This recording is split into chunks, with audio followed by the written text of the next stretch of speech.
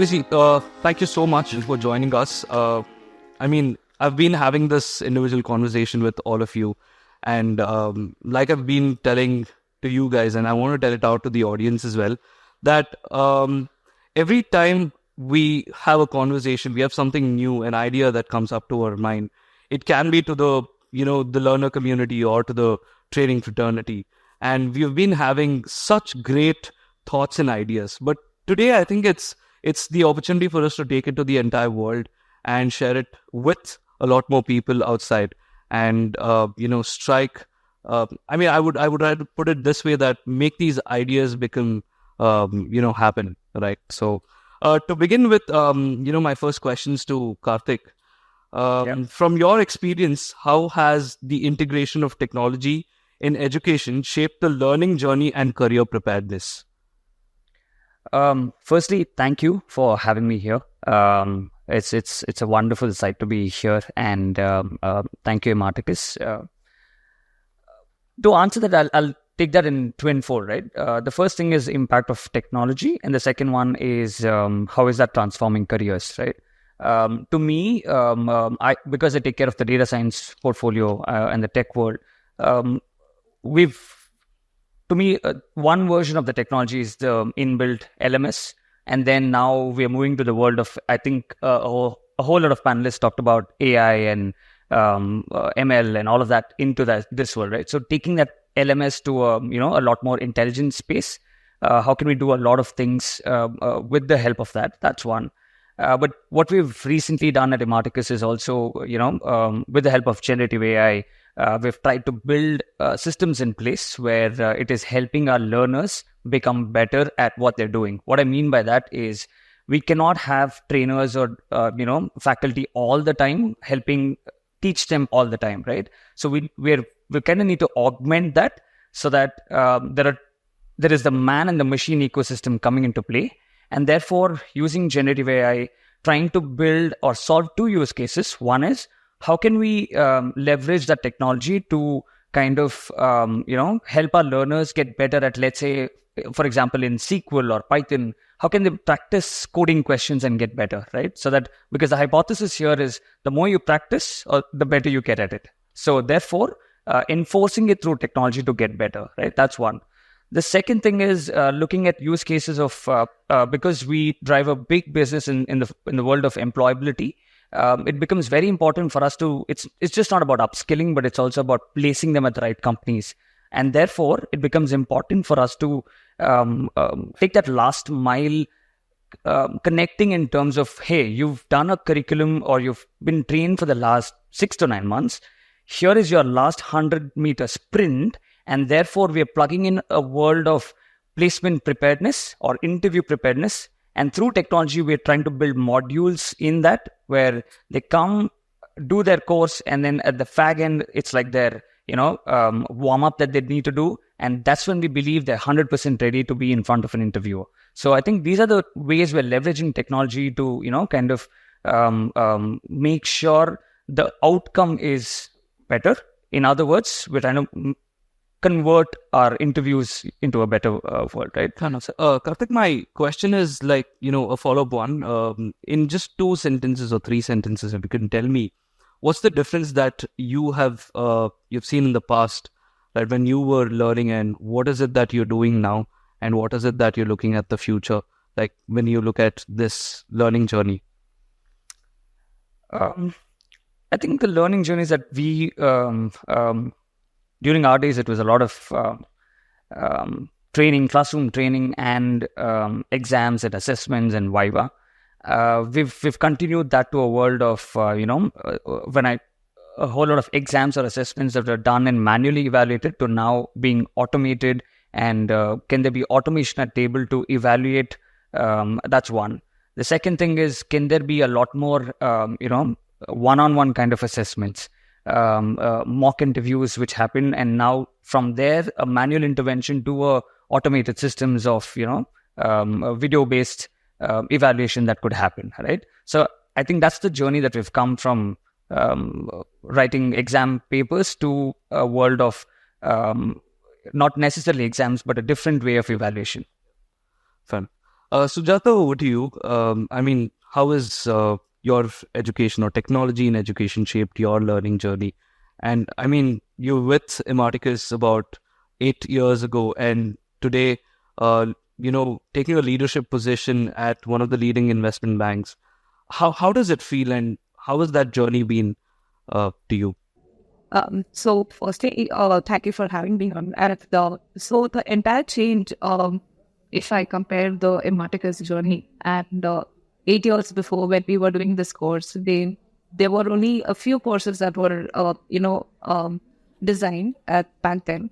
Now today, when I see there are a wide range of courses that are being offered from data science to AI to every aspect, like be it banking, be it finance. So it's good to see that edtech companies are coming up, shaping the career of individuals from any different background. A particular person, if they want to switch streams, prior to like 10 years, 12 years before, it was so tough that if an operations person wants to jump into a risk domain, it's going to be tough. But with having the edtechs, who are helping them shape up, upscale, and be prepared of what they're going to face in the real-time world.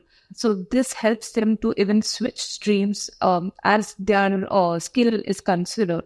So this is a good job by all the tech companies, and I think there is a far more better future for every individual and the companies too. Pratishtha, my question to you is, in your role as an educator, how do you tailor programs to meet the diverse needs and career objectives of learners? I mean, I'm pretty sure you would have come across people who are, young adults, and you've trained people who are at mid to senior level. And I've also seen your profile where you've trained people at the leadership front, right? So you get to meet different set of these learners. How do you curate your programs? Actually, learning, it should be curated and customized. That is what I feel.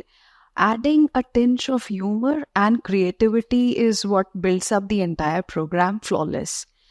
Now, whenever we meet any individual for that reason, be it an educator or a trainee, they all have their own perspectives. We cannot break that, and we cannot ask them to amend on what I feel. So what I always do when I tailor my programs is I keep myself in the shoe. And that is where I feel I kind of reach the hearts of the people. And it is not that I am doing something great. It is the learner who's doing something great. Because when I tell them something, if it's reaching them, it makes sense. Otherwise, it's like opening up a dictionary in front of some rural people, and then they are like, wow, she speaks wonderful. But did you understand? No. So that is how I tailor my programs. That's actually a wonderful point. But, I have the same question to you, Karthik. When you are, going in front of the learners, how do you curate your program? Because I've seen that for your programs that you deliver, you have learners coming from different or diverse backgrounds. Yeah. So on what makes you look at these learners and design your program? I think when we're trying to democratize education as such, right, what's very important is to look at all classes or diverse backgrounds of a learner. While yes, there is a preferred set of learners, which becomes a lot more easier or better for, let's say, data science or tech as an example.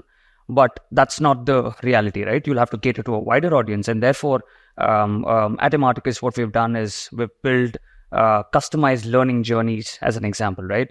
Where can we map their skill sets, or rather their educational backgrounds, and then can we take them into diverse or customized paths or personalization, right? I'm not talking about hyper personalization, but just personalization based on their paths, based on their education, and then some sort of additional nudges and adaptive learning that happens on the go based on how they're performing.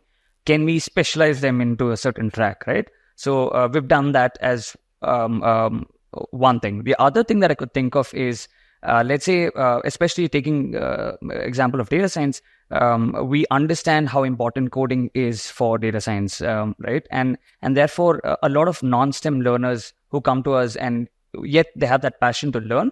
Therefore, we've introduced some sort of foundational training even before their actual training starts, we do a 20-hour training on ABC of coding or basics of coding. And that to me is how we are trying to, customize, go that extra mile for our learners, for our customers, and then bridge that gap between from their curriculum or education where they were to even before we kickstart a curriculum, we've done some brush up and basics of in terms of coding, right? For Python, ABCs of Python is taught, and then they hit the day one of that course. So I think we need to look at this as a dynamic space, and perhaps we can look at people who've not done enough math. Can we look at basics of statistics to be included as a foundation, right? This is an example just for data science. There could be other courses that needs prerequisites, and customization to that level is very, very important for us to hit the end objective of outcome, which is employability. A fair point. I think, once the new national educational policy came in, I think this diversification was much required. I think, as edtech firms, when, we're doing it, it makes a lot more impact. Yeah. Sujatha, my question to you, can you share your journey of career transition and how, Imarticus program played a role in this transformation? Yeah. So, career transition, I would start with one saying that traditional education is one bit, where you come into a classroom training and you get educated by the teachers and whoever is there. However, the teachers, excellent teachers cannot be replaced with technology. However, when you have a skilled trainer and the skilled trainer uses the technology, so that can transform the entire education system and bring about revolution. So there is a transition in my own career aspect. So when I would say we had chalks, we had slates when we were kids, coming from those points to a PowerPoint in the current age, then we have AIs that are there. So in the current world that we are in, we need, being a finance professional too, we would need data science to be one of our curriculum activities that is required. I don't have any knowledge of Python and all, but then these courses are incorporated in our corporates now, and I have taken the training for all these because we have to incorporate all this with the growing time, making automations. We have to be on our toes. If we are just put in the environment out there, we'll be fearful and we'll go back to our shell. So that is very important that we are trained, we are ready for the transition that is coming ahead. And with the fast-paced environment that is on here, we have to be ready with all of those. So corporates also incorporate these kind of courses to make sure that every employee is ready for these transition. So fair point. I think today upskilling at all levels is very important. Yeah. And this, I think, makes a lot of sense. So, post this event, you can always feel free to reach out to us for Python and Oh, we've done that already. So, Been there, done that. okay, so Pratishtha, my question to you is, considering the rapid changes that we are seeing in the job market, there are certain skills which are very important, and continuous learning is actually, it's neglected, right? So, what do you think, or how do you think EdTech can play an important role here?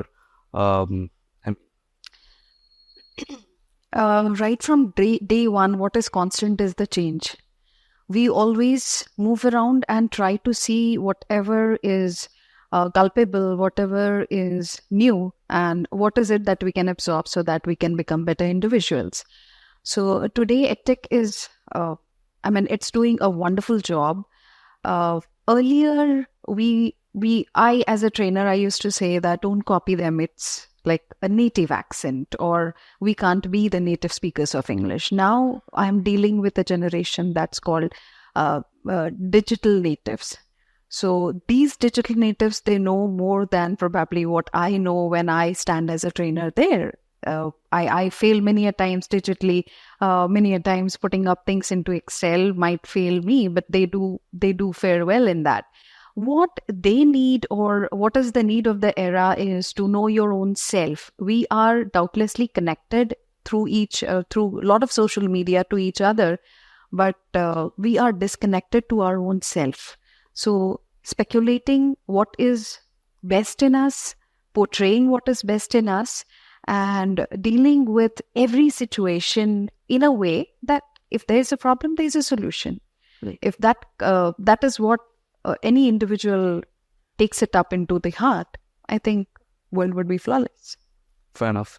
Sujatha, so my question to you, I mean, now that you've spent quite some good time with, couple of investment banks, pretty sure you'd have gone through a lot of learning internally as well, right? So, what innovative methods or tools can be the most effective in engaging learners in a classroom setup? So, like I said, we as corporates, we also have, courses that are introduced to encourage young people, especially young people are already there who are willing to be challenged and they know things. But people who are there from like a decade or so, they are kind of rigid and they are not willing to change or learn new things. So for those people also, these courses have been introduced so that they are also tech savvy. They know what is going on. They can at least, if not write an entire code, run the query and tweak the queries themselves. So these are the courses that are incorporated in the corporates is also.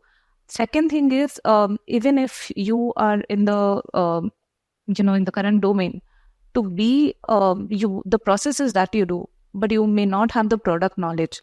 We have various courses where, I can attend those courses from a tutor who is there abroad from Australia or any other country. So we have these courses integrated with those corporates, tech companies. So these are the other changes that my firm has incorporated and the previous firms have incorporated. These ideas, help us to know where we stand in terms of product knowledge, in terms of technology, where we are going to head. This all is to upskill ourselves.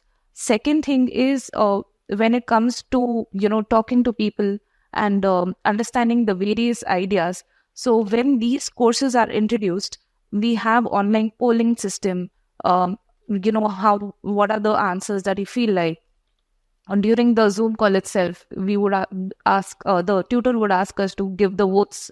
I'm sure before pandemic, there was no online class training system. So this being introduced is so good that you have an option of remote learning. Otherwise, everything would have been stagnant. So these changes are incorporated and everyone is happy with this. That's so true. I just recall while I was having this conversation with my mother, she's about to retire from, one of the banks here in the next 6 months. And the last month she was supposed to undergo a training. And she's like, I don't know how to do this. Can you help me out? Now it's a mandatory thing. If not, they're going to throw me out of the job. So this has become so relevant today. Yeah. On the job, you've got to be prepared to upskill at any point of time. So Karthik, to you, I have the same question, right? What are the tools that you can use to engage learners in the classroom? Yeah, especially when it comes to technical training as such, right? What's very important is give them that flavor of where the real essence is, which is for data science, it is problem solving, right? And for me, that's the secret sauce. So if I just go about teaching statistics, coding, Python, bunch of technical things, it's just there, right? So what's very important, and that's what we follow at Imarticus Learning, which is project-based learning. We teach them the concept, we teach them the theory, we teach them the math behind it, and then we teach them how to solve a business problem and at every algorithm that we teach. And therefore, the learner is a lot more interested in, okay, this is how I can solve the problem to algorithm A versus B versus C. And during that entire journey, we've also we've put in 3 things that I can think of on top of my mind are couple of capstone projects that they have to deliver. So these are important projects for them to, work and deliver. These are almost real world business problems, right? That's one. The second thing that they also undergo at Imarticus is a hackathon. During their 6-month curriculum, they undergo 2 hackathons, and these hackathons are multi-layered. First round, second round, third round, project presentation round. So data science is just not about solving problems technically, but also you need to be articulative enough. And that comes to you when you solve many, many business problems. And that to me is the art of problem solving, right? So we do a lot of hackathons to get them confidence that, hey, I've learned ABC, now can I go ahead and execute it, right? And the third thing is also we conduct data science competitions where they have to come up with their own business problem, which is a real world business problem, go fetch the data themselves, and then deliver, work with the trainer and multi-layered assessment that happens. So the bottom line is, when they do all of these things, it's just not, I think one of the panelists was talking about earlier where learning needs to be fun for them to learn better, right? Otherwise, it just becomes very, very boring. And all my trainers do this day in, day out, where they go to a classroom and make data science a lot more fun. And this to be baked along with a lot of soft skills and engaging sessions that we do. And thereafter, at the end of the curriculum, for me, what's very important is it's not about how much of Python have you learned or how much of SQL have you learned. If I give you a business problem, can you solve that? And problems come to us at different sizes, complexity, range, and that's fun, right? And that's where this space becomes so interesting. And by design, this has to be engaging enough. And this is what we do at Imarticus to make it a lot more fun.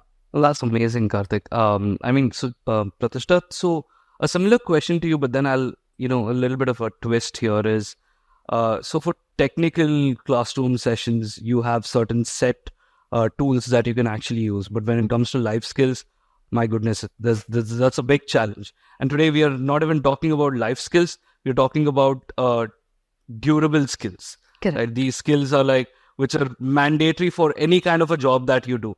Right. So being in that area of, or expertise that you have, and how or what methods do you use to train in the classroom? Generally, there is no such set rules that we follow. But yesterday, since the one EY training is still on, and today I'm on leave. So yesterday I got a new batch, and I don't know how do I put it across, but I had a girl student, a trainee, who had plates with the ribbons. She had turned up her hair. Now, I was, in the beginning when she introduced herself to me, I was like, I should tell this to her because this is not hard. And she was placed somewhere in Gurgaon. So I was like, how is she going to move ahead with this? So I waited for some time, and then slowly I said, you have got pretty hair, but then you need to change with the time. So I was also being skeptical about how she would feel. Maybe she would feel bad. But then we also have to have plan C ready. So the moment she was like a bit blank, like maybe nobody ever said her that, maybe she comes from a different background.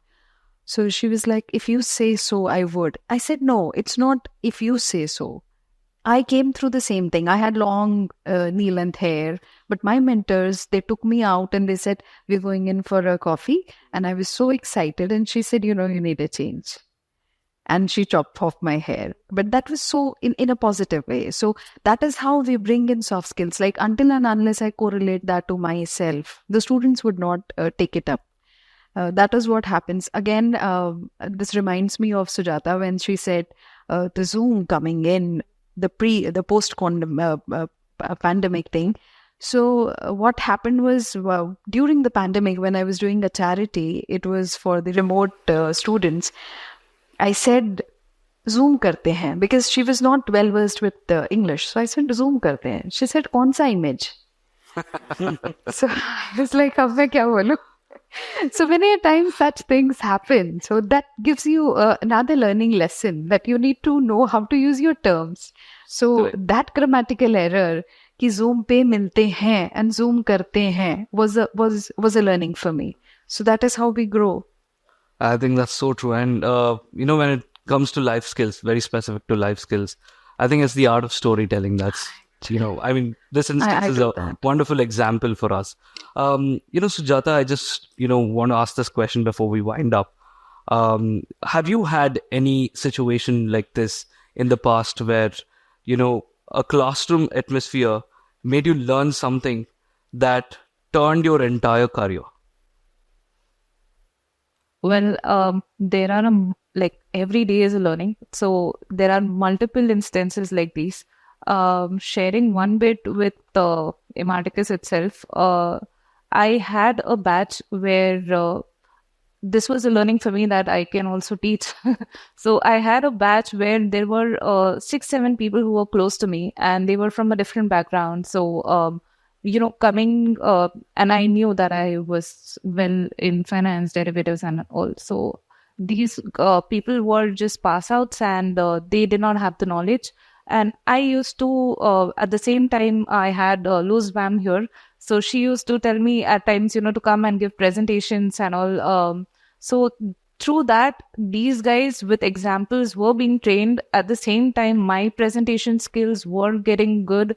And I think ma'am and these friends of mine, they have also taught that I can do much better in the training terms, with which I picked up this. And along with that, I teach, and I am a positive mindset coach. So Wonderful. This is one thing that has impacted me in the real life instance. Oh, that's amazing, right? Like, going back to that particular time, an incident that has changed. I mean, amazing. Thanks, Sujatha. Karthik, my last question to you is: have you found any learner who has showcased that change, who's a story to tell out to the world, that this is an example? Yeah, I think we get multiple examples of that sort day in, day out, and I'll tell you why. All right, we're in the business of employability. For me personally, every success, while there are multiple internal metrics that we look at, but the real metric for us to look at and chest thump is our placement, right? So every time we hear a news of this learner got placed at this company for this package, these are great wins for us. And this is what the training team does from day one of training till the 6, 7, 8, 9 months of training. Day in, day out, the continuous 4 hours of, not just 4 hours. Sometimes I know my team is sitting with them after class for 2 more hours, right? So you know that very well as well. And day in, day out, they're there to hear from their trainer. And then what gives them the pleasure is when they come back with that change, or rather that feedback that was given, and you see that improvement. And it's not an improvement that happens overnight. It is a stepwise incremental 1% delta that happens every day, right? And while there are multiple examples of that sort, I can recollect one instance of a learner who had failed multiple times in his interview. And one of our team members talked to them and said, hey, this is probably your 10th interview that you're taking, and give them that small nudge. And it's these small last mile delta that helps them convert. And when they come back with those success stories of, hey, I was able to crack because of that nudge that my trainer gave, I think that's what makes our life a lot more meaningful, because we're here to not just train and teach, but transform careers, right? So that's what I would want to wind it up with. Wonderful, Karthik. I think I can personally resonate with you on that. Pratishtha, to close, is there a formula in life that you follow, which you transfer it to your learners, that kind of makes a difference, and you want to share it across to the world? Learning is an unstoppable process. So whenever I get a chance to introduce myself, before I introduce myself as a trainer, I do tell everybody that I am a learner, and one has to be a learner. We as individuals, we want to grow up, but when we grow up, we want to be kids again. And why do we want to be kids? Because we are off apprehensions. We do not think much before we do anything, and that is how we learn things in a better way. Here, I would also like to share one of the stories that made me a trainer, or that made me what I am today. Is when my elder daughter was in kindergarten. One day she came back home and she came up, she got hurt, and she said, I got hurt on my plum. And this was her finger. I was like, this is not a plum. This is a little finger. She said, no, this is a plum for kids. I said, no, it's not a plum. Where do you come from? So she opens up her rhyme book and she shows me the rhyme which says, Little Jack Horner sat in a corner eating his Christmas pie. So he put in his thumb and pulls out a plum. And this is the image. And here is the plum. And I'm like, no, this is not happening. She's like, no, this is the plum. My teacher told me this is the plum. I had to go, I had to talk to the teacher, tell her, and she was so adamant I did not tell this. But that tiny child will not speak lies. There's no reason for her to speak lies. And that is where probably my career started. And that is where I thought of taking up this as a career. And now I do not feel ashamed or let people say whatever about me. I ensure that I change them the moment I see somebody makes an error, be it a language, be it any life skill, be it whatever I can. That's wonderful, wonderful. I think that last anecdote gives us so much of insight on small things that can, make a lot of difference. Thank you so much, everyone. I think I had a wonderful time speaking to all of you, and I'm pretty sure our audience also had a great time. Hope to meet you all once again. Thank you so much. Thank you. Thank you.